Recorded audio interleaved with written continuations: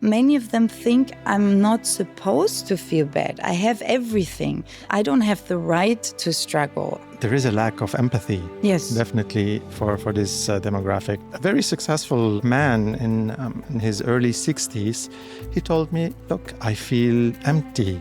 I cannot enjoy life. We know and we understand that money doesn't buy health nor happiness. To have everything, to not have to work and get up in the morning to make money and keep everything going is a high risk factor. What we need most is love and care. Structure means safety and means without limits, we're lost.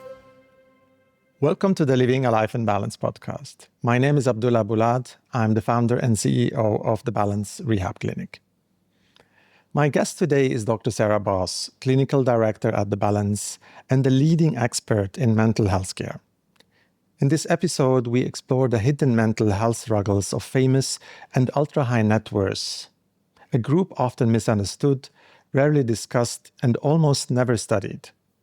With over a decade of experience supporting clients from royalty to celebrities, Dr. Boss opens up about the unique psychological burdens that come with extreme wealth and public exposure. We talk about empathy gap surrounding this demographic, the shame and mistrust that prevent many from seeking help, and the complex relationship between money, identity, and emotional well-being. Dr. Boss shares insights from her clinical experience, including how early attachment trauma, substance use, and loneliness manifest in this population, and what true healing looks like behind closed doors. I hope you will enjoy. Sarah, for how long have you been working now with the high net worth demographic, and how did you get into it? I got into it. Initially, it started in Vienna when I worked in a very big, or Europe's biggest addiction treatment center. And we had a public healthcare system covered, really great program and really successful program. And then when it was clear that it was so successful, then of course there were many people interested, also not usually using the public healthcare system. So we started having one part of the clinic then for patients that would privately directly pay us, and offer them like a bit more tailored to their needs, what was missing, especially in that area of Europe. And that's how I started a bit to work with different demographics, so to say.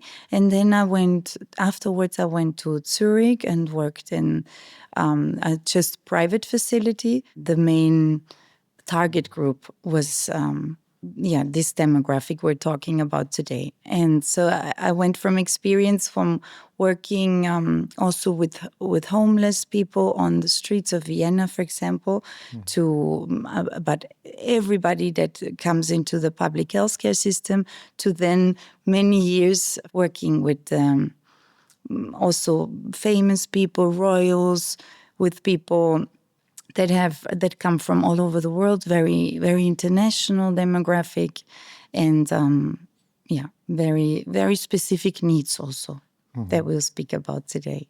Is there a big difference you have seen, let's say, from treating a homeless to someone, let's say, more wealthier side of the spectrum? Mm-hmm. Yes, of course. I mean, on one hand side, of course, the obvious that these kind of clients are usually very educated, very international, very very open-minded, having traveled a lot, being very international, of course. But then also, on the other hand side, seeing that it's surprisingly for some people harder for them to enter good treatment, or treatment that really meets their needs. And it seems, what I learned over the years, it seems even harder for these kind of patients to find the right support. than for somebody that just enters the public healthcare system on the pre-designed way, so to say, because there is no other option, and that's what there is. So there is a misunderstanding of this client group, you would say? Yes, I think there are a lot of, or maybe false assumptions around this kind of group. That I think there is a tendency that a lot of people think that as they have more money or more resources and more everything to their available, that they have everything they need, including, for example, healthcare or including good therapy. But this is just not always true in our experience. So they are kind of misunderstood, and you mentioned money, but someone would say money could buy anything, and why could someone with wealth and fame and money can struggle? Do they struggle? Yes, absolutely. They struggle and struggle a lot. I personally think that having too much money is even a risk factor. There was some studies, but already years ago, about wealth. We know that, of course, being poor is another risk factor, no question about it. But there's also a lot of data on that. We have a lot of research on this kind of situation, and we know, of course, that that brings a lot of struggles with it. But then it's also a risk factor to have more than a certain amount available, because that also increases a lot of stress, a lot of struggling, and many dynamics we will go into that you wouldn't imagine from the outside. And I think there is a huge misconception in the whole, in general, that we believe that the more somebody has, the better. And but we don't see what's the cost on that. Well, like what kind of dynamic is caused by having this kind of wealth, and also what it takes to maintain it. And also not just regarding from the outside what people would think about these kind of patients, but also the patients themselves, because many of them think, I'm not supposed to feel bad. I have everything. I don't have the right to struggle. I have everything at hand. Or, for example, I don't have the right to gain weight because I have a personal trainer every day, and I have a gym at home, and I'm supposed to just be fit and perfect. But that's just not human. To ask ourselves that. Nobody should be in such a situation. So that's for sure a big misconception that, and already data on it, that a certain wealth doesn't mean we're more happy. Generally, statistically, the in-between is the best, that we don't have to worry too much, but that we do have this also natural motivation and this more human drive to achieve things, and also not this pressure that comes with having a lot then, or much more than we would need in our lifetime. So you mentioned the middle is the ideal phase, but is there a specific amount of wealth which describes like an ideal middle, or is it does it differentiate also between region, country, culture, etc.? Yeah, there was one big published study. I don't remember exactly the amount now, but it was surprisingly in the middle. It wasn't a lot. I think after having it depends on the country, of course, after having what you need for each month, plus being safe about, having your savings, not having to worry for you and your family, that's the limit, not more. How does the comparison with others around us affect? Because I understand you can. There was once a study where they compared wealth and what you have on your salary, on your payroll. They ask people, if you got 50,000 a year as a salary, and everyone else would get 100,000, no, sorry, 30,000. Would you be happy? They said yes. If then they asked if you would make 100,000 and everyone else would make 200,000 around you, would you be then happy? No. Yeah. But the absolute amount is, even though it's higher, we compare ourselves a lot also Yes. with our surrounding. Absolutely. And there is always the perception, and more now with the social media and with everything public, that a lot of people feel like it's just not fair that some have so much and some, and of the people don't. And I think there is a lot of jealousy, of course, and a lot of comparison, like you said, and that causes a lot of kind of rejection also towards these kind of clients. We see a lot because the people, of course, don't see what was the work behind that, to get there, or what was the achievement, or what that means. Like seen from the outside, it seems like somebody is rich, or that's what's on the newspaper or on social media, and has everything and doesn't have to do anything, and that's what's perceived. But it's just mostly not like this. And even if it is like this, that's a risk factor. That doesn't mean that that's happiness or healthy life. I think it's even the opposite. I think it's very challenging, because to have everything, to not have to work and get up in the morning to make money and keep everything going, is a high risk factor, because you need an immense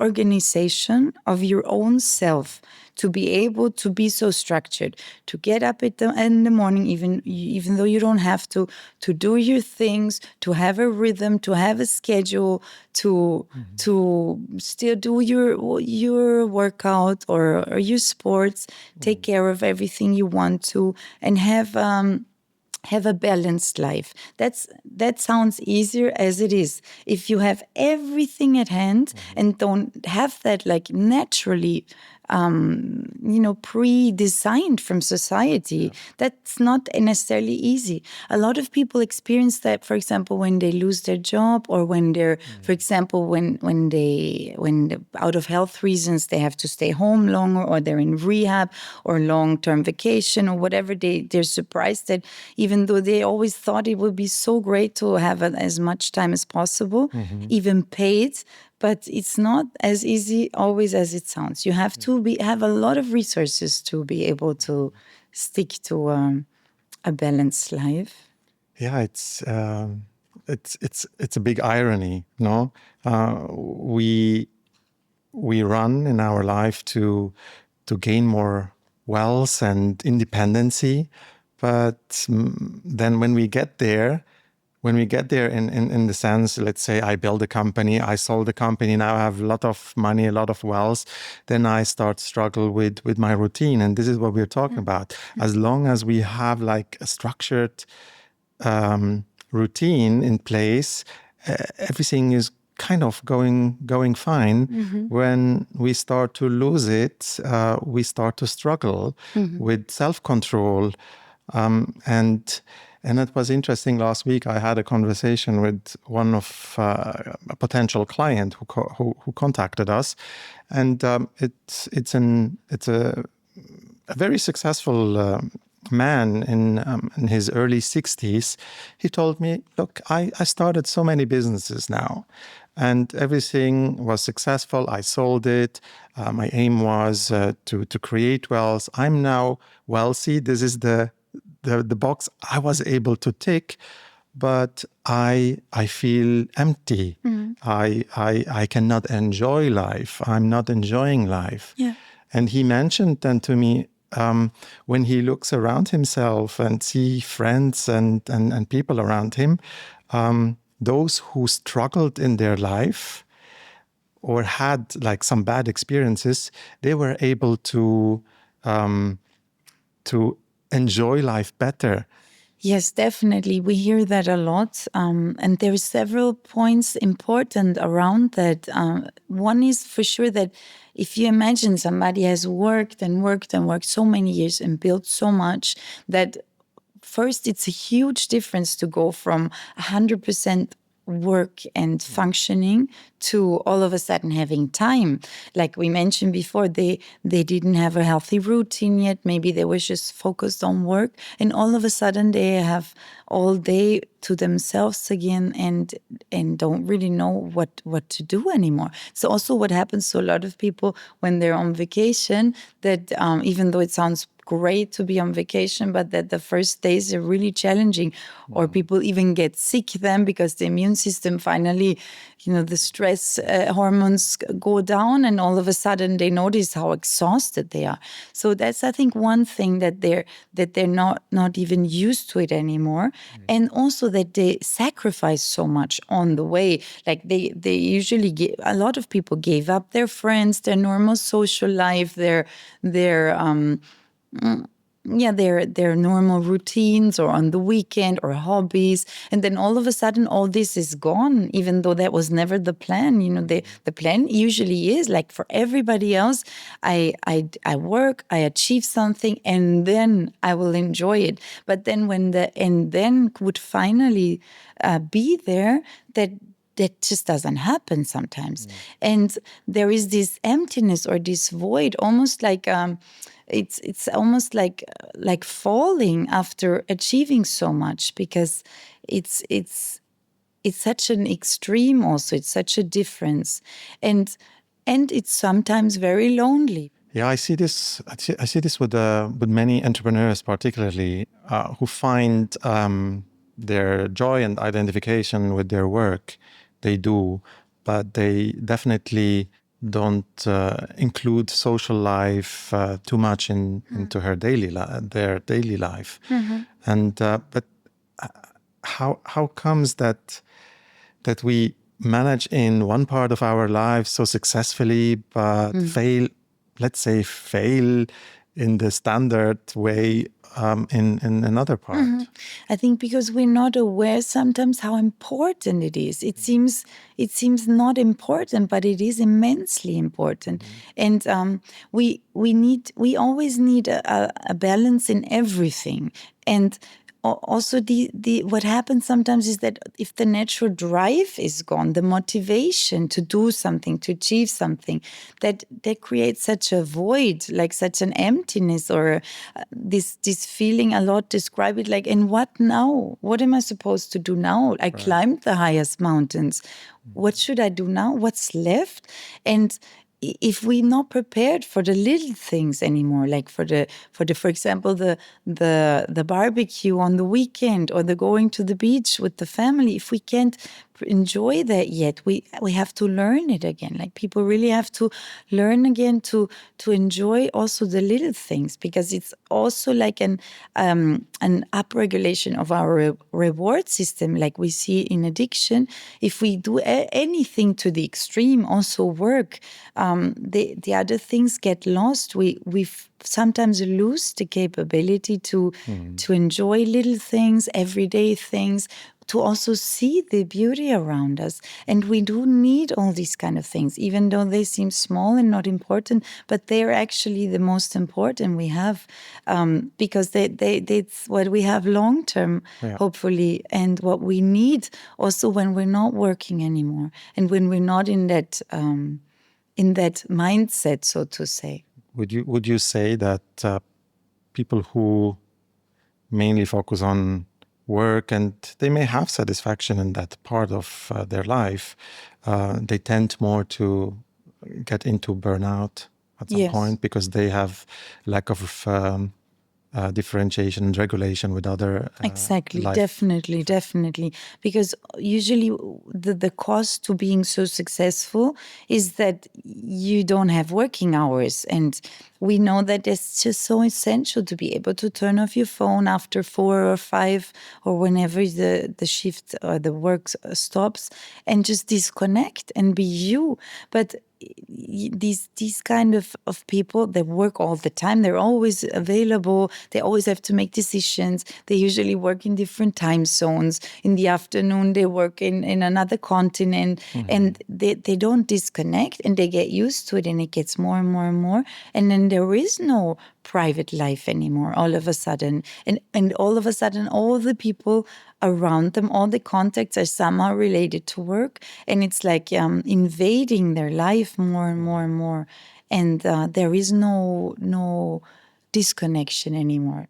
I see sometimes on social media, entrepreneurs, they just claim there is only work, and this is your creating if you're doing, and this is the passion you're following in your life.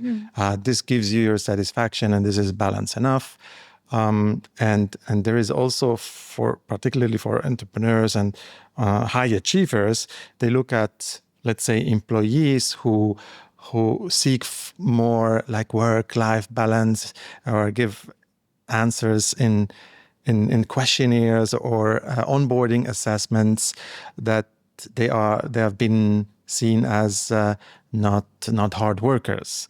So I know we're talking about the high net worths, but the entrepreneur view on work-life balance, is there a lack of understanding of it, and is there something like work-life balance? Yeah, I think it's very individual. There are, of course, people that can work a lot, really enjoy it, like maybe made their hobby to work. For example, I know some architects, they really love their work. They live at the office, but because they love it, and they don't feel stressed by it always. It's just also something creative. But so we have to really differentiate, I think. And then there are people that really have this immense pressure to it all the time, and they notice it. So I think it's always the question: how do you feel? Like, how do you sleep, for example? Are you able to disconnect when you choose to, or do you feel like you're not in control anymore because you have to do so much? Your work took over your life. Then it's of course a problem already. And to your question, I think that happens a lot, but that also depends so much. There are people that are extremely effective in their work, in what they're doing, and they have great results in their working hours. And when they disconnect, and then they're ready again and creative again to come the next day. And just because they don't do more hours than they're supposed to, or that they're hired for, doesn't mean they're lazy or anything, or not committed to work, because they do show the results they're expected to show, and they are actually doing what they're supposed to, which is restore your everything, relax, be able to disconnect, to come back to work the next morning and be the best of yourself. And that we need, because it doesn't make sense also for somebody, for example, to stay 12 hours every day and not listen to your own needs, and not rest, and not recover, and then not do a great job, for example, because you start making mistakes, or you start not being creative or being problem solving anymore. That's why, for example, in many jobs, for example, like medicine, doctors, that has had to be regulated, because there was so much overtime, and it could be seen that everybody makes mistakes after a certain amount of time working. So it needs to be it makes sense to not work too many hours. It really depends on how you work, I think. Yeah. But if you're the entrepreneur, if you're that figure, and I hear this also from like friend entrepreneurs, they feel like, okay, cognitively, I want to work less. But then the pendulum goes from too little, and then they get bored, to too much. So there is a difficulty to find that balance. Absolutely. And like everything, it needs practice and maybe some support in the beginning, because we really need to find things again for them that they can connect to, and not feel like they're bored all of a sudden. They can't just put an hour in their schedule and me time, and then they don't have anything prepared, and they don't know what to do. That won't work. Then they feel like it's a bad experience. I don't know what to do with myself. or it's boring for me to be at the beach or to go for a walk. It has to be always realistic. We always have to find something that's like that really works for each person, and then and then and then really cultivate it, practice it, find something or several things if possible that really give them something. Because in the end, that's what it's all about. We need to meet our needs somehow, and we have many needs, not just social connection and safety and relaxation and restoring of our energy and everything. We have many needs. We also need to feel creative and playful, which as adults, that's a different way to deal with it. But those are human needs we are all born with, and we need to somehow find ways to cover. When I see, let's say, entrepreneurs or people selling their businesses or suddenly stop working because they turn 65 in some countries, and that's a danger. Yes, that's absolutely. That's a big danger moment in their life. They need to be planned for it. Absolutely. It's not just to plan the exit of a job or an exit of a business you are selling off and making a lot of money. You need to plan also what's next. What's the next step in your life? Absolutely. That's very important. Like in many movies, it's shown that for all of a sudden they retire and then they're supposed to go fishing. And they try that once, or golf. They try that once and it doesn't work. And why does it not work? I mean, is our brain differently wired until that stage and it cannot shut off, or our nervous system? Yeah. Is there any biological, clinical effect? Yeah, it's this. I mean, it's like with addiction, like I said earlier, but I think comparable, because if we are so used to the extreme, for example, this is, we know that there is positive stress and negative stress, but a lot of these people are really successful and do enjoy their work. Like there are others as well. They feel stressed, but it's a kind of mostly positive stress. Sometimes then it's negative, but they feel that drive, like they're continuously under a little more stress hormones than others, because that comes with their work, and they work well on that. Like they say that's the range of activation that I work best at and that I'm most effective and most successful. And then if that falls away from one day to the other, it just can't work, because then it's like as if we would take, if it's cocaine, for example, and we have an immense neurotransmitter explosion in our brain, and then the next day there is nothing. Like we can't live in these extremes. Yes. And we have to gradually, that would be the best thing, gradually reduce something, for example, work, and then cross over to something else to do in our life, and practice that and prepare it. Like you said, that's essential, because we see there's a lot of data on that. That's a high risk factor. A lot of people develop symptoms when there is big change in their life. For example, retirement. That's a big moment in life, that it was such a huge change that if not prepared, there is a lot of people struggling. Or entering university, these kind of things, like moving out of your home as a young adult. These kind of transition moments are very, very important to keep in mind, to protect ourselves a bit before we do them, to just prepare best. What can someone do to protect or to be better prepared for this significant life-changing moments? Prepare already months ahead, or the best would be all our lives, to not even live such an extreme, to already have more contacts again, find things we like to do, maybe if possible in group or with friends, with people we like, to have also some things we like to do by ourselves, find joy, find relaxation in whatever it is, and really prepare for that.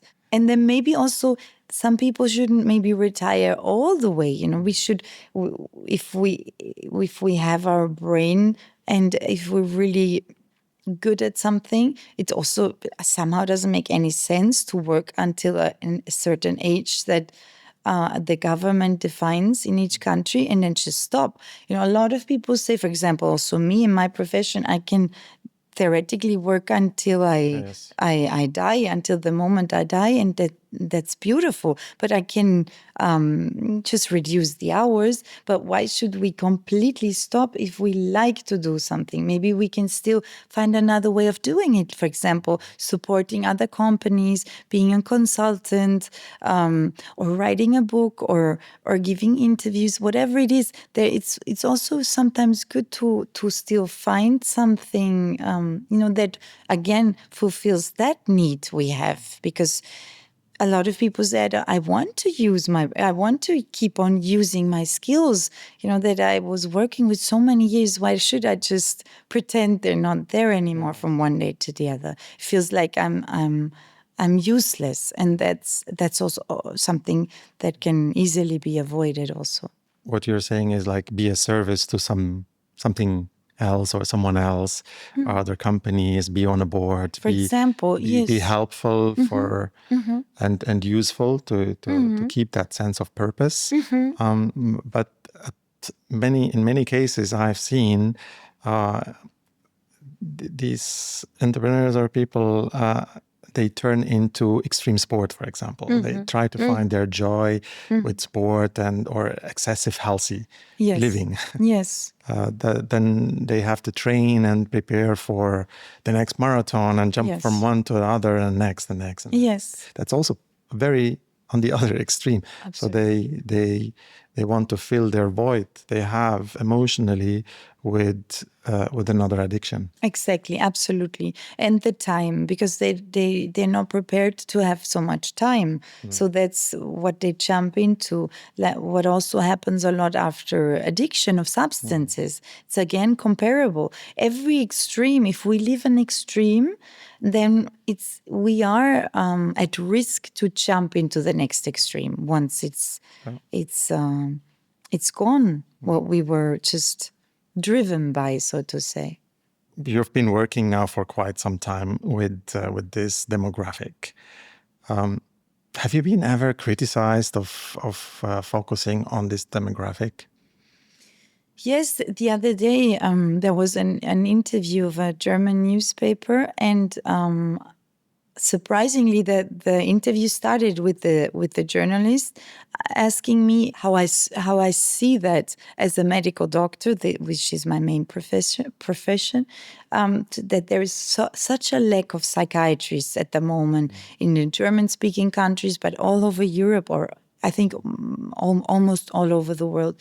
And people have to wait many months to get an appointment, and there is a big need.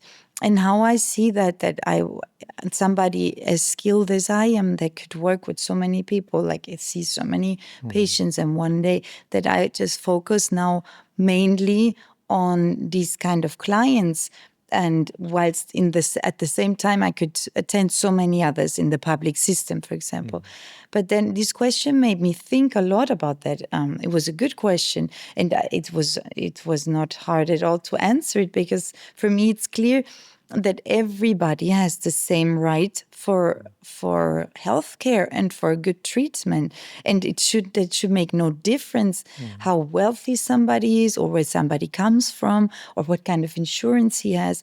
And I do work with everybody also still in my private practice or in my surrounding. I work with people sometimes for free if they need to. And then I work with extremely wealthy people. But what they all have in common, that they're all human beings. And I see them as they are, as a human being, as a person that I want to help and that I want to understand. And these questions made me realize again how hard it is for these kind of demographic patient group to find help, and for all the stereotypes they have to face, as if they didn't have the right for the best possible care. And it seems like it is harder for them. I really think if somebody is in need, for example, for mental health, that it's harder for the really wealthy people to get help as it is for somebody that already knows where to go, goes into a hospital or wherever, and everything is taken care of. So it's not that easy for somebody that can choose and that wants to avoid the public hospital, maybe because he shouldn't be seen there, or maybe because he doesn't even stay at one country all the time because traveling a lot. Many reasons of keep him from actually accessing something. So what I see a lot is that there also a lot of time gets lost, and the time is much longer until they find the right help. And when they find help, it's not always transparent and trustworthy, which is a terrible thing to say, but it's like that, unfortunately, that people take advantage of sometimes of patients that have a lot of resources and feel like they can charge them more, or there were even cases that would charge for referrals of these kind of clients, which is terrible. It should never happen, because everybody should find the right treatment that just fits to the needs and nothing else. So there is so much misunderstanding and misconception around this kind of client group. And also, on the other hand side, there is so little offer, because there are very few centers and specialists internationally that have experience with the needs of these kind of client groups. And not just when it comes to confidentiality and adjusting, to their time and traveling schedule, but also to their needs and to their background and to what they have to face. So there is so much to it. So there is a lack of empathy. Yes. Definitely for this demographic or client group. Yes. Absolutely. How does it manifest in your experience? Just like this, that was a good example, these questions, because it shows that a lot of people think from the outside, they have everything, so they're not supposed to struggle. They can buy everything. But what everybody, if we think about it just 5 minutes, we know and we understand that money doesn't buy health, nor happiness, nor support, not at all. And also what's really important, what I see almost in every patient, is that it's also the lack of empathy or like self-compassion, because they sometimes say, I have everything. I'm not supposed to struggle. I'm supposed to be fine. I don't have the right to struggle. I have everything at home. I have everything at hand.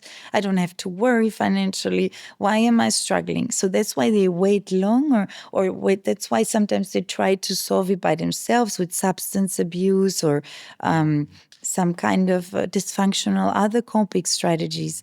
But that's a pity, of course. And that's what we always start with, that everybody should feel like, I have the right to struggle, because it's like everything in life. It's like having diabetes. I always make that example, because everybody can have diabetes. That's understood. And nobody would ever say, come on, you know about, you shouldn't eat that cake. Now you did, and your blood sugar goes up, and now you need more insulin or whatever medication. And, nobody would ever blame anybody, not yourself and not anybody else.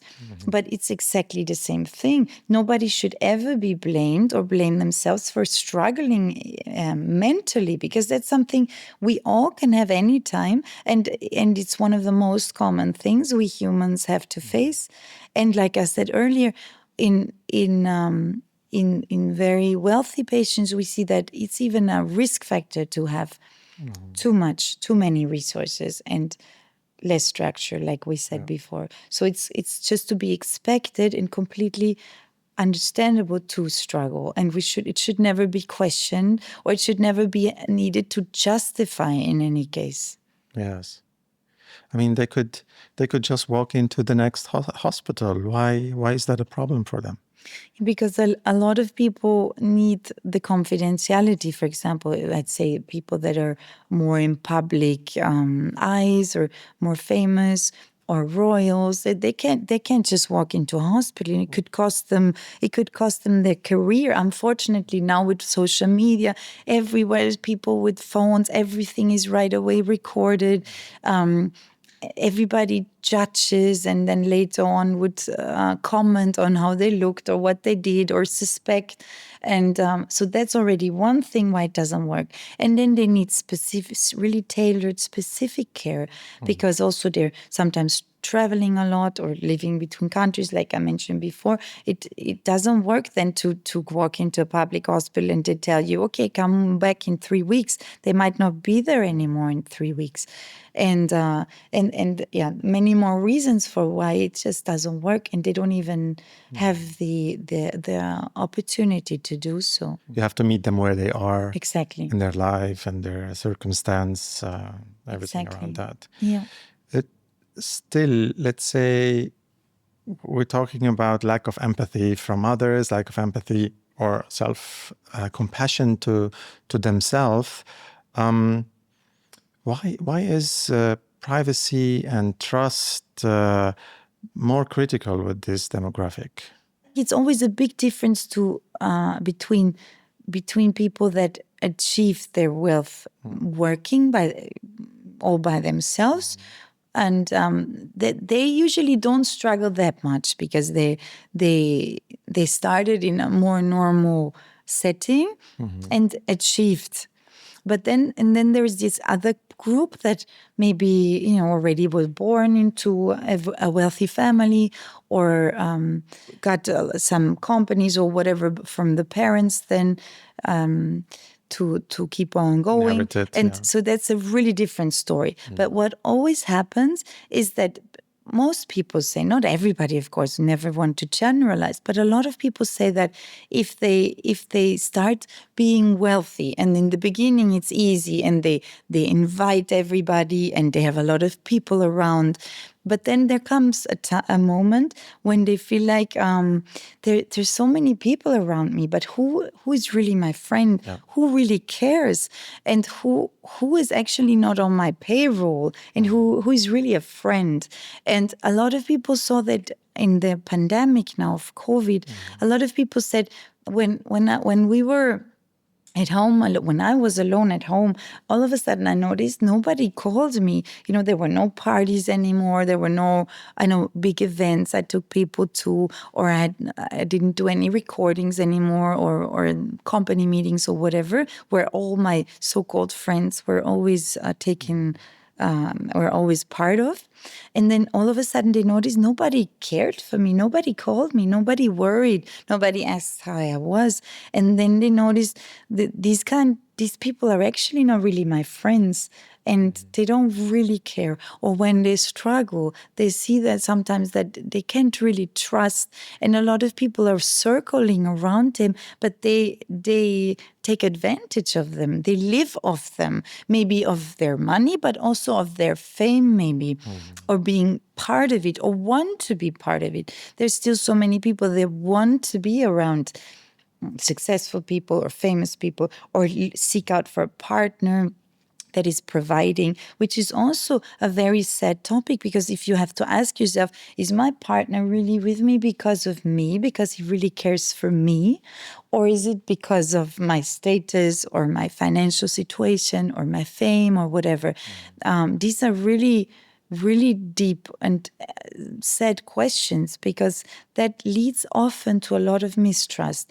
Because if you make that experience over and over again, that I can't trust, people just took advantage of me, and they were not real friends or not real partners, then of course that's completely normal. We develop a deep sense of mistrust. Also, it can be anybody, lawyers, healthcare providers, whoever, they make a lot of bad experiences and being taken advantage of. So they do develop a lot more mistrust than others. And also when it comes to what can I tell somebody, and that's not then later being filtered to the press or who knows, all these kinds of kind of information. We can't imagine how it is to always be having to be careful about what you say, about how you look when you walk outside. There might be somebody taking a picture of you, and then they might be commenting on it. Oh, hey, she looked tired this morning. Maybe she's sick, or maybe she took whatever, or all these kind of things we can imagine. And to not be able to fully trust like naturally anymore, to have to be extra careful all the time about everything we do, because in the end it depends on that. And it used to be much easier before social media. Now that made it a lot harder, of course, with everything being uploaded in a millisecond and commented on. And most likely also with the mistrust comes this who I'm really feeling and who I am and who I am for the public. So it's like I'm two personalities. Exactly. And I can imagine this would also lead to more isolation. Absolutely. Feeling lonely, not knowing who is close to me, who is real, who is genuine, and who is just on a payroll. Absolutely, 100%. And that also happens then to the partners often. So we just see that dynamic. For example, I also speak to a lot of partners, and they say that, in the beginning, it was still like I still had my normal life that I used to have on the side. But then with time, I somehow lost it, because there was no way I could meet my old friends anymore. They had, first of all, such a different life. And then second of all, there was no privacy anymore. And I was in a public light all of a sudden. And I couldn't naturally move around anymore. So I started isolating myself with my new partner. And I choose that because I love the partner, but it's a big topic, because it's like losing something. It's like losing a natural part of life all of a sudden. If you're not really careful, and if you're not starting to start creating a safe space around you, which is more and more difficult now with even drones flying around and even on properties and everything. The topic privacy is a really big topic. And what you mentioned before, also very important topic, that the question, who am I really, and who am I allowed to be? Because imagine that some people, but these are like more people in a situation like artists or actors that are like or musicians that are always like in the public eye. But then sometimes you have advisors that tell them, now you're supposed to be more like this, or you're supposed to be more like that. It's not like they always choose to do something. It's also sometimes part of their creative personality, artistic personality.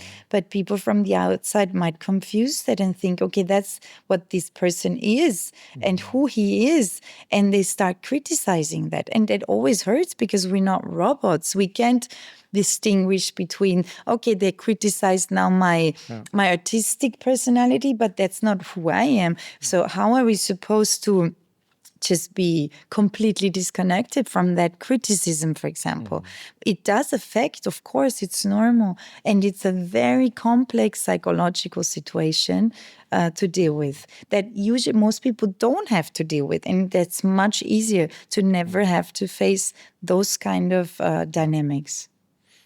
Yeah, I mean, it's a general problem, like lack of space for imperfection. Every human would have that, but it's amplified. Yes, It's absolutely. amplified in this demographic and client group. So they, every little step, every little connection, interaction with a new person, with a new friend, business partner, every travel would coming with the mistrust. What about children of famous and rich and wealthy people? How do they struggle from their parents' situation? I was just thinking about that as well. because that's another big topic that adds on to it. Like when it comes to privacy, for example, that, these small moments, like taking the kids to school in the morning, if that can't happen anymore because there are people waiting there, taking pictures, how you look. And everybody wants to protect the children. So they usually stop doing that. And they usually have somebody to take them to school or protect them somehow, to keep them out of the public eye. And that already causes such a pressure that you're not supposed to have, especially not children, because children at all moments should feel that everything is stable and safe and calm in the end around them, if possible. Not always, but most of the time. And if their everyday life is like this, that's a big challenge. And they start already to not have the same childhood situation as their friends have. So they're different from the beginning, which we call them in schema language to feel isolation. Some are isolated, different, even though from the outside it's a good different, like they have more than others or they have famous parents, but that can easily turn into a negative different, because different is always a challenge. We shouldn't feel different from the outside, like from some setup from the outside. That causes isolation and causes confusion in a lot of children. And then these natural things, like these natural joys, like being with the parents and like doing an everyday thing, going to eat an ice cream or just going out, doing whatever, that's just missing then sometimes. And that's actually really sad if you think about it. Of course, on the other hand side, they can do great things and they try to do that, and they of course do, and not everybody struggles with it, but it is a topic that they need to be really aware of, and that they usually need to create a different setup for. So they need, a lot of safe spaces around them, maybe go somewhere else on vacation where nobody would see them or recognize them. It's like extra effort sometimes they have to put in to have their privacy and their private life. But then, of course, that there is, for these children, there is a big other topic that a lot of times parents then choose to hire nannies or other people because they can't be there because they're really busy, or they can't, like I just said, can't go outside themselves all the time because of the cameras and the everything that is out there for them. So then they're often raised or surrounded by people that are not actually their family, or they're then sent to boarding school, to private boarding schools, meaning well, giving them the best possible education and many languages, but they feel very disconnected there often. And there is a big problem about then feeling abandoned, of feeling, like causing attachment trauma in a way, and feeling isolated again. So you mentioned educating children or raising children in boarding schools or by nannies is something negative or something bad? What would be the effects to do so? Well, I wouldn't say in general, of course. It doesn't have to mean that it's something negative, but in some cases, at least, or in many of the patients we see or I see, that they come from wealthy families and live in boarding schools, we see that was a negative factor. And we know more and more, fortunately, finally, about what we need as human beings, all of us. And part of a secure attachment, what we all need is that the parents or somebody that primary caregiver is present and is attuned to us and to our needs and can meet them. And if that doesn't happen, because that usually doesn't happen in a boarding school, because a boarding school is usually about education and discipline and of course a big place with many people, and there's not one person that can really be there for your needs. So if that doesn't happen, we can easily develop attachment trauma as a strong word now, but also just something has the feeling that something has been missing, but maybe that's not we're not aware of it because it wasn't there. If there's somebody wasn't there, if something wasn't there, and we can't name it, we usually don't know that it was missing, and we don't know what's going on with us, and we might notice it then later when how we relate to other people, or when we enter a relationship, or how we feel with ourselves when we're alone, or the need to soothe ourselves, or that there's something missing, or something is just not right, and that can be related to that. And we know now from trauma research more and more, for example, that neglect has also an incredible impact on our well-being. And neglect means that something didn't happen. So somebody maybe wasn't there, or wasn't there enough, or couldn't give a child what the child in that specific case would have needed.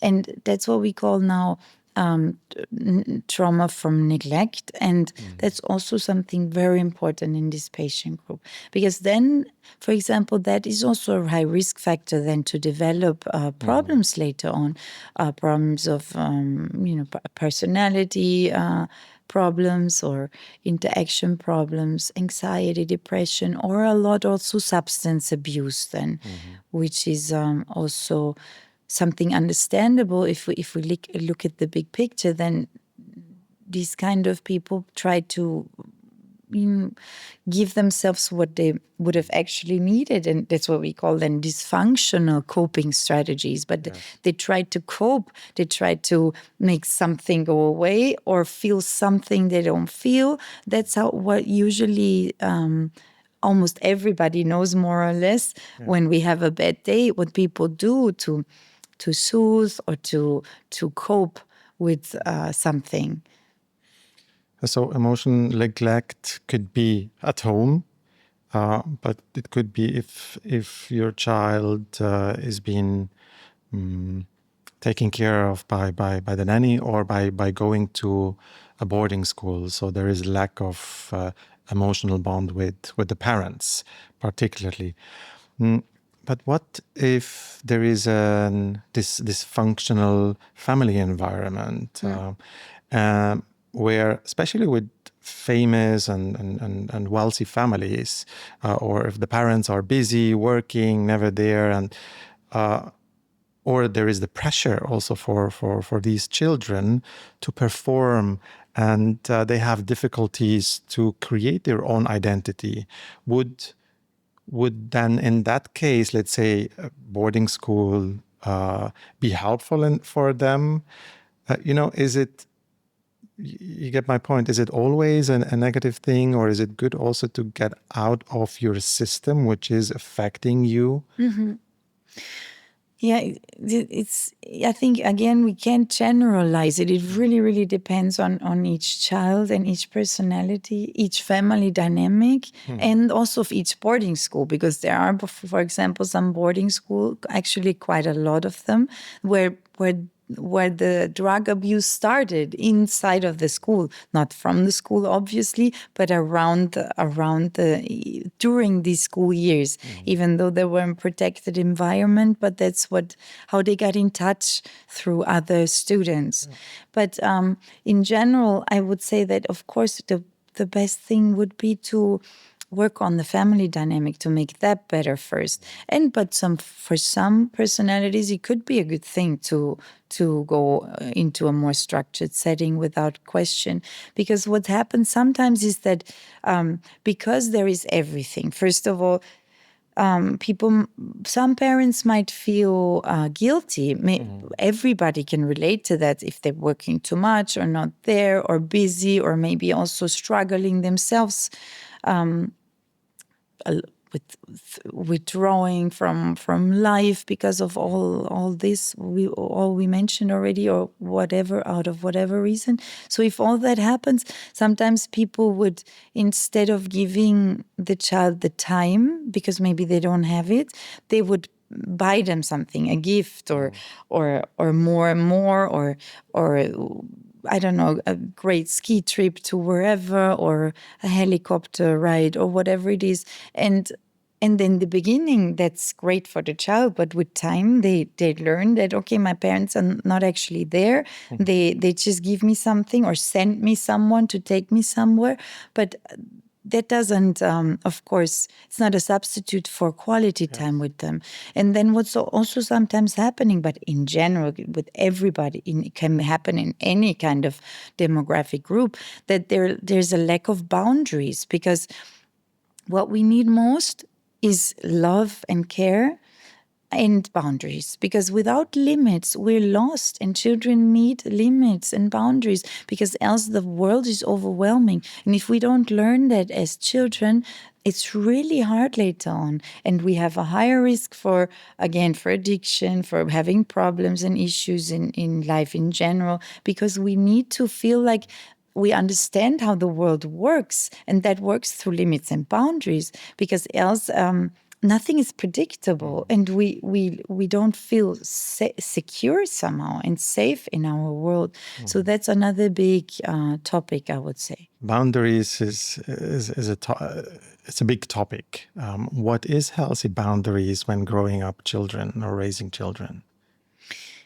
It's setting limits, saying no, but of course in a caring, loving way. There are great books are about that now.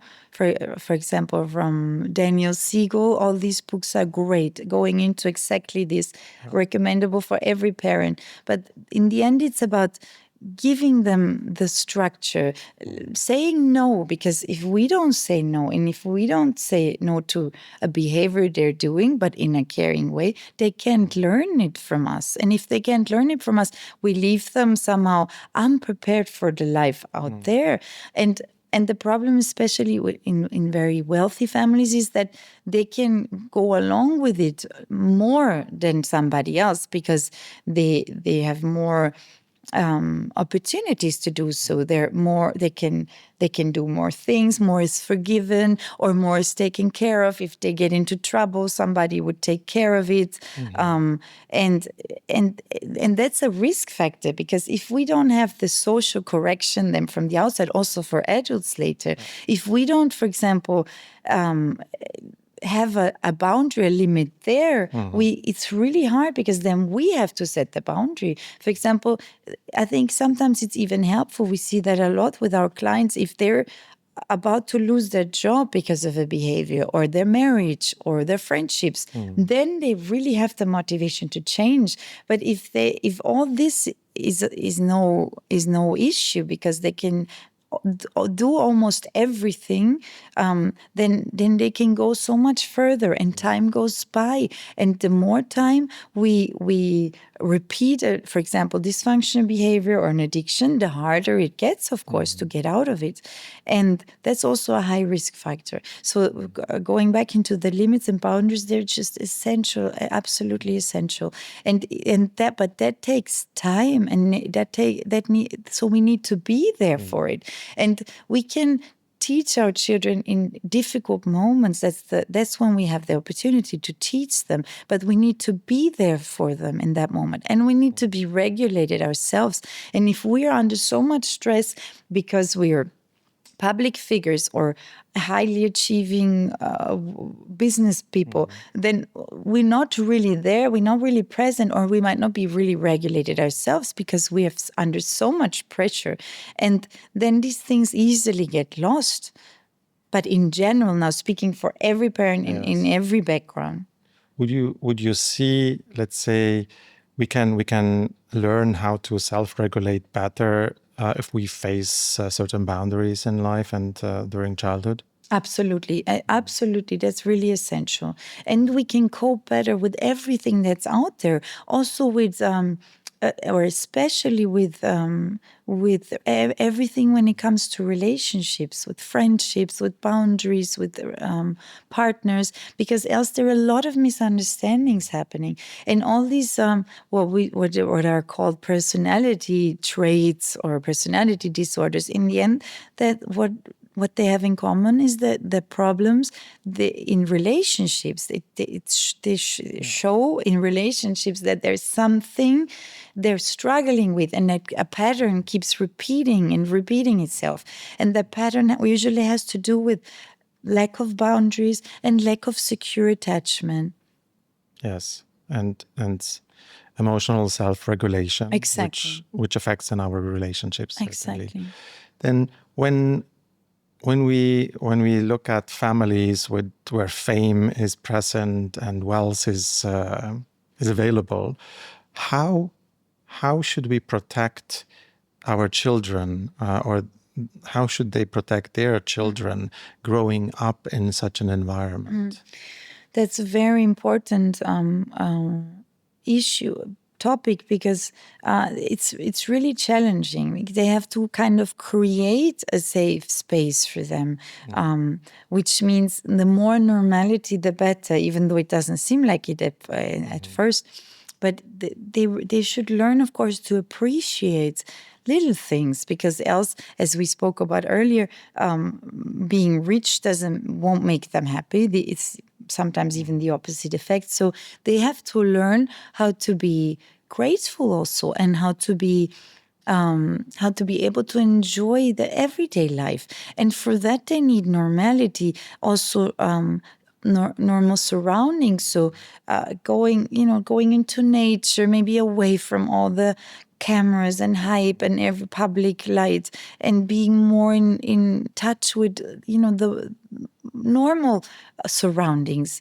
Can be on a mountain, in the forest, can be with other families, with friends that are not connected to this part of their life, or to their job or their public figure, and spending as much quality time together, quiet time together, and in a safe space, in a safe environment, and as much as possible, and giving them the opportunity to develop their self, which also means to explore later on who they are, and what they're good at, and what they're interested in. Because what sometimes happens is that, meaning well, we parents want to pass on to them everything we achieved, or maybe that they don't struggle as much as the parent had to struggle, and give them everything so that they have it easy and they don't have to go through the same.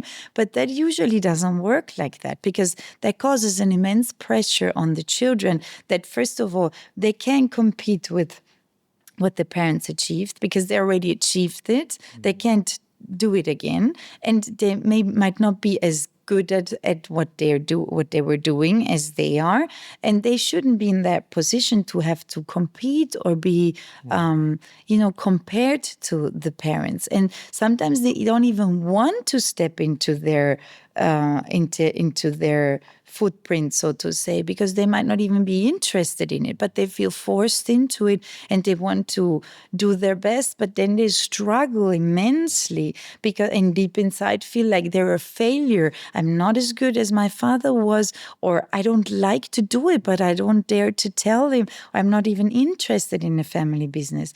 Or a lot of people, and which is also completely normal, we learn by like role model. We learn from our parents. So if we see that all they do is work, or all they do is enjoy parties and be famous and be on movie sets, these children don't learn what should I do actually when I'm not at work, and what's important in life. Because what is important in life? Important in life is, as we said, the balance, is being able to enjoy everything, being able to enjoy being alone, being in nature, having good relationships with other people, finding them maybe a partner that we really like, maybe have a family or not, but these things are important for everybody. And if we don't show them, how to regulate ourselves to be able to have all that, and how to have moments of stillness,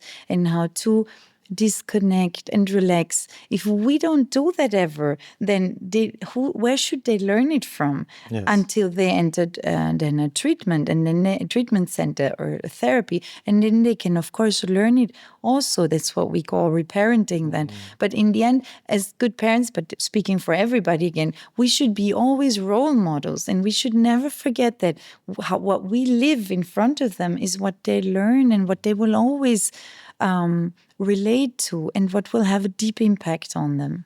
I absolutely agree. Role models is key here.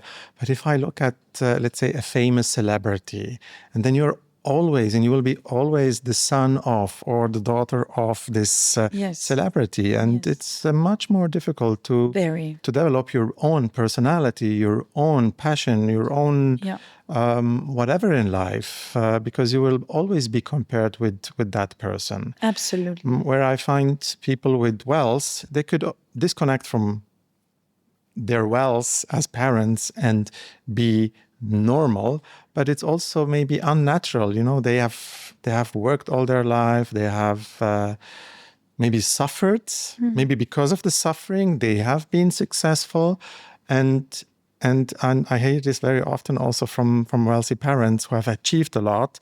Like, how can I raise my child not to be spoiled, not to be attached with the money, but I still want to live a life where I can enjoy what I've created. Like if they want to travel to an expensive vacation, or if they want to buy a house, but the children. This is like the dilemma I feel between fame, rich, and raising children. Is there a one size fits all how to raise children in these environments? Yes, we all face that, of course, more or less. But it's extremely important to not lose touch with the real life and the real life struggles. And there are ways around it. Just a little bit, at least, not 24 hours, of course, no question about that. That's not realistic. But people can find a place for their children, for example, to do community work, to learn, for example, here where we live, it can be anything, to pick up trash on the beach, to help people in need, to do something positive, something social, where they learn, okay, not everybody can go on a paradise island on vacation, and not everybody lives like I do. We need to see that. We need to experience that. But as us, and not as then the son of a famous artist. And what we see, what a lot of patients do, is that they if needed, they can change the name of the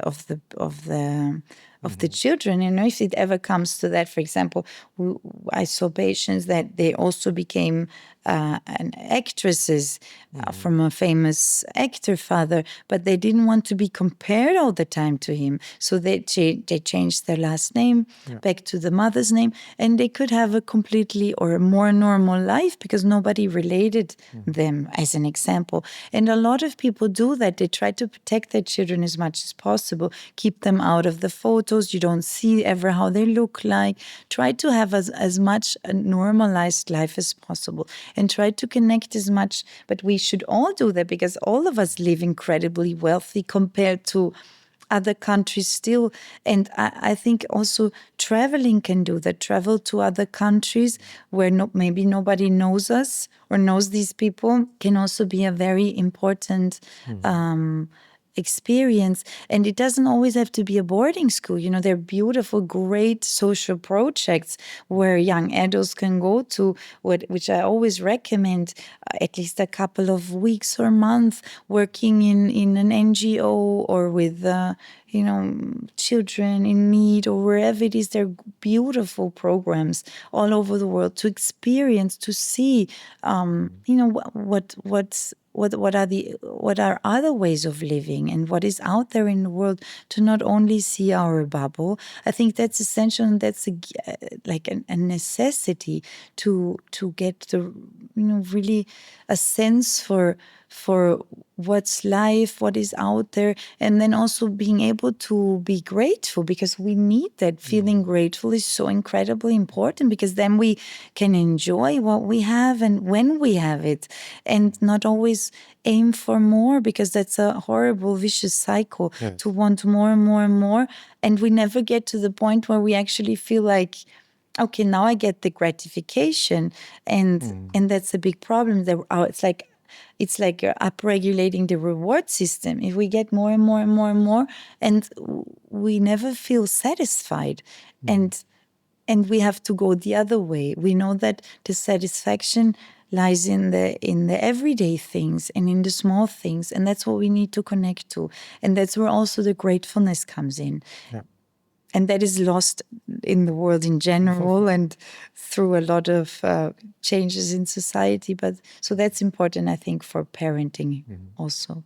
For children growing up in a wealthy family or with fame, they have a big high risk of having struggle in their life compared to growing up off the public eye or with not excessive wealth.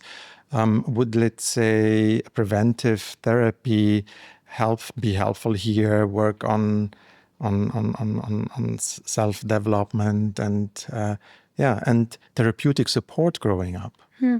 Absolutely, that would be the best thing.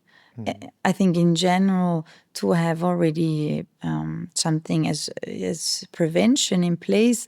Also, when we're facing risk factors, and that is definitely a high risk factor. And if we see somebody growing up in that situation, in school, it used to be called counseling. We don't have to call it therapy right away, but to give some guidance. A lot of young people get that usually before they choose a job. Like, they get some guidance, counseling, what kind of education should I start, or what kind of job training. So, and for these wealthy people, like, these normal steps, they just fall away again. Like, it's not the same way to be treated. But why should they fall away? They have just the same needs. They're also developing brains, also young adults, also feeling lost, sometimes completely normal struggles. They don't have a different brain. So they need just as much or even more support in, defining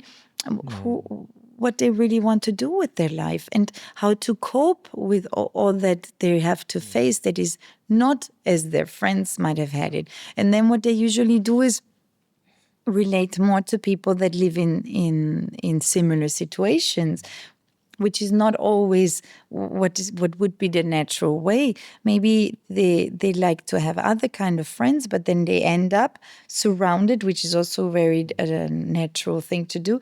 We surround ourselves by people that might be more understanding or might be in a similar situation, but that is not always the best way to go either. So yes, definitely would be a good thing to get some more support in that phase. These children, if they grow up without being fully regulated or with the proper support, therapy, their traumas they bring with them, many end up with some substance abuse patterns. How is your experience around this demographic with substance abuse, and what types of substances are they attracted to, and why? Yeah, there's really high risk for substance abuse. I think on one hand side, it's because it's so available for them. First of all, they can obviously afford it.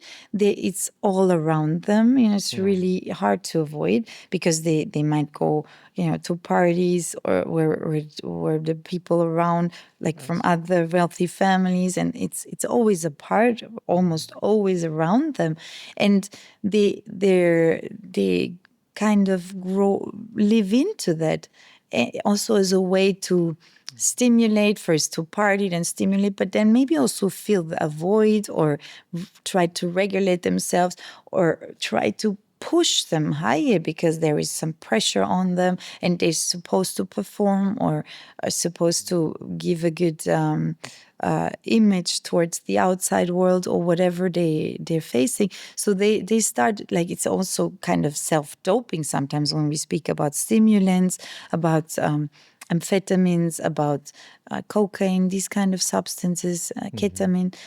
They're very commonly abused, but then also a lot of alcohol, of course, and or a drug combination. And so, yeah, I think it's one on one hand side, it's more available for them, and then also it's easier forgiven, like we said before, which is a risk factor because they can just allow themselves to mess up easier. For example, once I will never forget, I saw a client that his family paid for somebody that would always clean up behind him, like that no matter what trouble he got into, that was extreme situations, that he made it go away and he dealt with it. And that's a big problem. It's like maintaining his struggle. Because in a normal situation, what would happen is that if I mess up, then I have to deal with the consequences, and the consequences are good because that means, okay, I have to change something about my behavior. Responsibility. Exactly. Now I got into that car accident, or I lost my job. Now I have to do something. I have to enter treatment because I don't want to lose everything, and I want to obviously change something about my life. But imagine that falls away and there is no accountability. You can do almost everything and somebody takes care of it then afterwards. That's a big problem. This comes also, whenever you are at the top, let's say in a company or as a celebrity, as a famous, wealthy person, you have the people around you are all yes sayers. Yes, absolutely. Who is out there who says no or set the boundaries when you're in this situation? That's rare. Yes, absolutely. And how can you make yourself accountable for something if you don't see it anymore? Yeah. And I've seen many people in our clinic, and they don't see it anymore. Yes, absolutely. They say that a lot, that everybody says yes to everything they say because everybody's somehow scared of them. And that's again when we come to who is my real friend, because the real friends would tell me, you're not, that's not good what you're doing, that's it's not going the right way, or your son, I'm worried about him. But nobody dares to say anything anymore. I even heard from practitioners, like even like specialists around them, not telling them what they want or prescribing the medication they want. Like, it's really difficult. And that again, when it comes to the right, I mean, everybody should have the right for honesty and transparency and to be treated, the way they should be treated. It's a big problem, absolutely. And also when it comes to, again, the topic of substance abuse. It has a lot to do with dependency. Yes. Codependency in a relationship of a famous person, or if you surround yourself just by people who are on your payroll. Yeah. So basically, if I think about it, you should surround yourself with people who have nothing to do with your business or with your fame and dependent. Exactly. The best way possible, shouldn't even know more about it. But that's of course hard also in the everyday life. And I think what also plays a role is that they live such an extreme, in a sense that, for most people, they have celebrations and like there's something special is happening, a birthday or a promotion or whatever.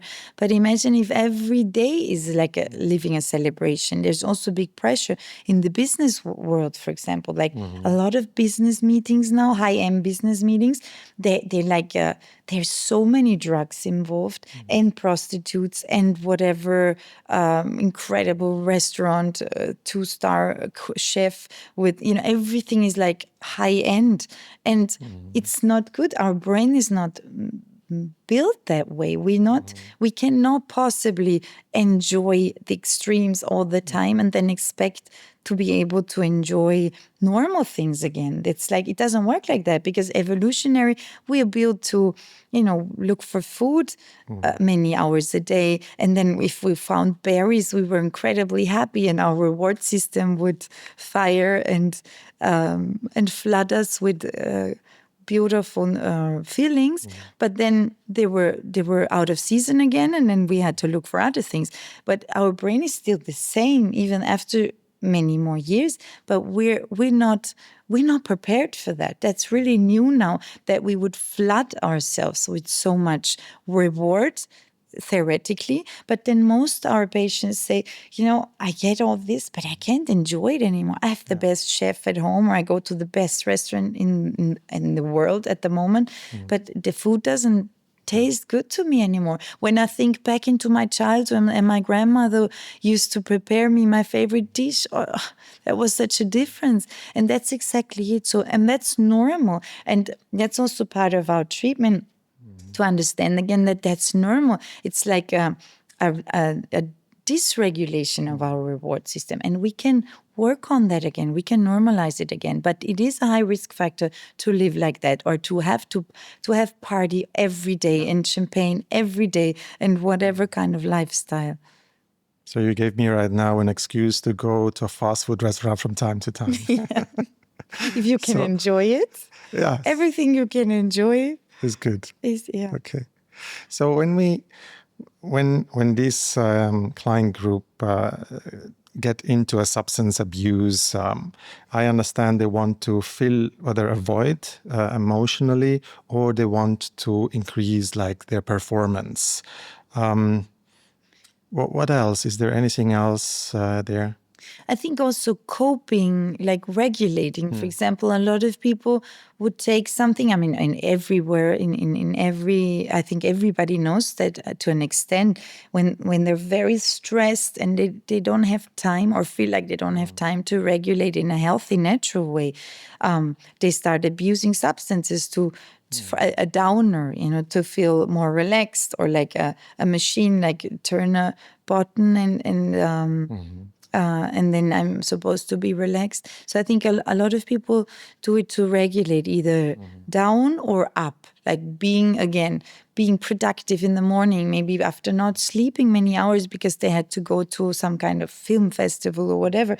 But then in the morning they have to be on the set again.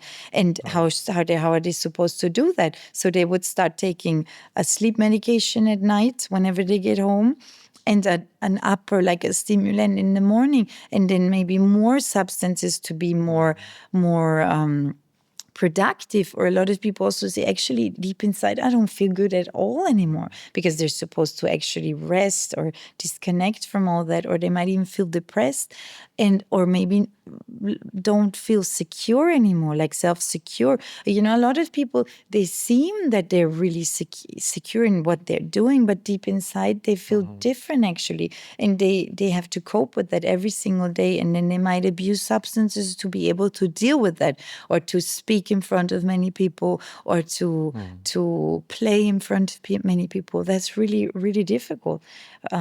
In the end, so it seems easy, or it seems natural when they're doing it, but there's a high cost to it sometimes. So I think regulation of any kind of emotion, or also maybe disappointment, or feeling lonely, and not feeling that. I think to simplify that, I think a lot of substance abuse is either to not feel something, something we can hardly cope with, or to feel something we don't, and to fill that void, and to up-tune ourselves somehow. What can they do? Because at some point, we have seen, sometimes you see in the media, overdosing, suicide, like these are the extremes. Or someone has gone into a rehab or in treatment, or has gone into rehab and rehab and rehab, ongoing. What could an ideal recovery process for these people be? Yeah, as we see, what is very effective is a combination. First, to give them a safe space, which usually means getting away from their surrounding, somewhere where they really feel safe, a beautiful environment, and really can feel that they're trustworthy relationships to the therapist, to many therapists. And then after a detox, them really getting into touch again with themselves, like with the people, with the person behind all that, maybe the person they used to be, if they can, if they can relate to that, or maybe in the other group that we mentioned, maybe relate first time in their life to who am I really, what do I really need, what do I really want to do in my life. And for that, they need time and they need the right professionals to guide them through the process. And then we need, what's what we do here. I think there should be a lot offered to explore, to discover many things they can do, because it's not one fits all. Everybody needs to find activities or therapies that we can really benefit from and that we can really keep on doing, because it needs to be sustainable. That's the key. That needs to be a change of lifestyle and a change of patterns and something more balanced, like for ongoing sustainable success. And that needs to be practiced and prepared also. That's what we usually do then towards the end of the stay, that we want to prepare, we want to help implement a healthier routine, a healthier schedule, finding already the right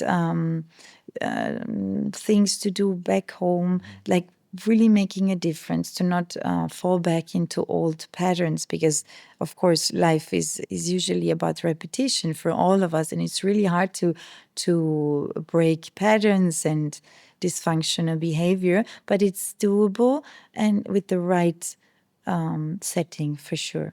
You mentioned feeling safe. Yeah. This is where it starts, to be able to open up, to engage with the treatment. How do we achieve the sense of safety for someone who has been mistrusting maybe all his life?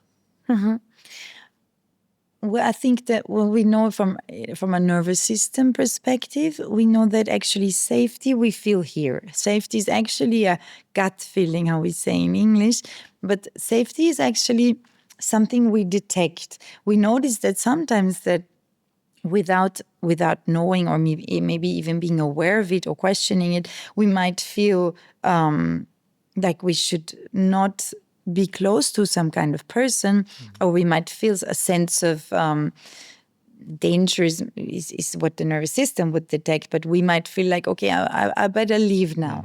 Or we see that in dogs sometimes they bark to some people and then sometimes they don't. It's because they detect dysregulation in another being, or they don't. And so in the end, we need to feel safe with somebody. That means that in the best case, the therapist in a treatment setting should be really regulated and should be, of course, honest. So if they notice, if they can experience that, okay, this person understands me and is honest and transparent, meaning we explain what we're doing, we explain why we're doing something, and we give them the feeling that they can really trust us and that we can understand them. Then they can finally relax and finally experience that they're, first of all, not alone with their struggle, and second of all, that they can trust somebody. And then we can, with time, that itself, that therapeutic relationship is already a very effective tool, because it allows so-called reparenting. It allows us to experience something we might have not had as children, because there was the caregiver wasn't there, or something didn't happen, or maybe something happened that shouldn't have happened. So we can later on in life learn many things, or meet our needs. And first of all, through the therapies, but then later on, we learn to do that ourselves, and we learn to connect again to our needs. And if we can understand again, if we can feel again, what do I need? What would I have needed as a child? What do I need now? Then we can find the right people that could fulfill our needs, and we can find ways to fulfill them ourselves, by ourselves, or doing certain activities, or doing certain coping, vagus stimulation techniques, however you want to call them. Find healthy methods, can be yoga, qigong, anything. And these things are very, very important. And these things can happen in a safe, secure environment, and they usually do. And that's actually the key effect of a good therapy. Yes, so this is also the feeling I have when it comes to our treatment program. The way we create this kind of safety is by being regulated ourselves, and co-regulate this feeling and the trust we create. Then we are back also on the empathy. Once the clients feel okay, it's authentic, it's genuine, and they really care about me as a person, not as a figure, not as whatever I have in my bank account. Exactly, absolutely. And that's the beauty of our work. We see that a lot. I just thought about it the other day. For example, I usually don't even know what our patients are really doing exactly. I know it, of course, overall, because it helps me to understand their struggles. But usually we don't talk about details or ever numbers. They tell me what, and that's the beauty of my work, they tell me what they think I should understand to help them best. And they give me all the information that they think could be valuable, important to understand. But we don't ask, and we don't care, and we don't look up anything. And that's sometimes such a new experience, sadly, for our clients, because they're not used to that kind of, actually should be normal treatment, that they're just seen as a human being, and that we're here for them. And that's usually a very positive experience, and they usually feel like the first time in a long time they can relax and just finally really focus on themselves, even though it seems like their life is to make them feel better, or everybody around them, but usually it's not that easy. Yes, and maybe also to experience healthy boundaries in that setting. Absolutely. Like you said, that the saying no, they highly appreciate that, because we, for example, my position, I'm a psychiatrist, I'm a psychotherapist, and other things. But that's part of my job also, to give healthy feedback, like to always be truthful, and not to say what a client might like to hear. Of course not. It's not always about that. It's really about carefully, like, but carefully, I insist, in a positive, in a caring way. Again, like a parent should do it. We do it always caring. No parent likes to set boundaries. I personally think that's the hardest thing about being a mother, is that setting boundaries.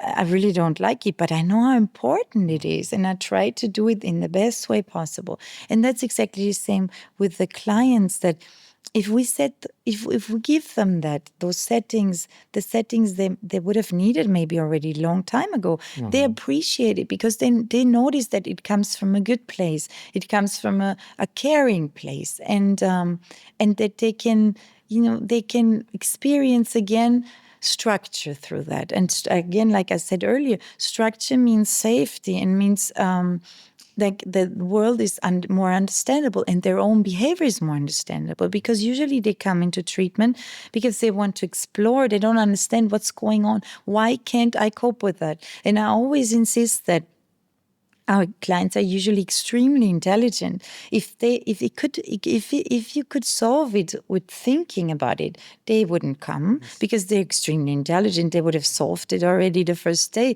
But it's not through thinking, and it's not about what you have at hand.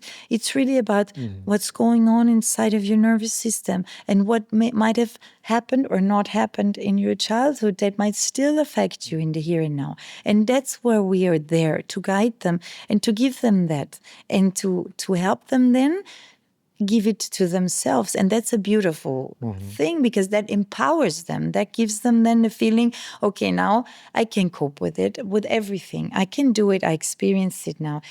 They showed me and now I can do it myself. And I don't need destructive or dysfunctional coping mechanisms anymore. Or I don't need to isolate myself anymore from all this world around me. Or I don't need to be so mistrusting anymore because all these in the end are defense mechanisms they learned through time out of bad experiences. And that's a beautiful thing. They can open up again to the world more and they can be more flexible again and not rigid around behavior. Beautiful. Thank you. What would you, if you could speak now to someone who is struggling or to a family member of someone who's struggling in that demographic, what would you tell them? That is very, very human and normal to struggle, and that there is support out there, and that they should not hesitate to seek out support, because that's the key, to not have to let too much time pass and struggle.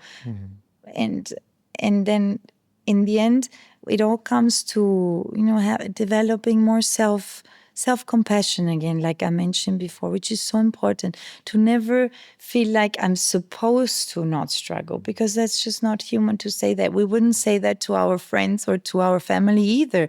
You're not supposed to struggle. It's just, it happens, and there is help out there and there is support out there, and the sooner the better, because no need to struggle more than necessary. Well said. Thank you very much. Thank you for all the work you've been doing and achieving also at the Balance.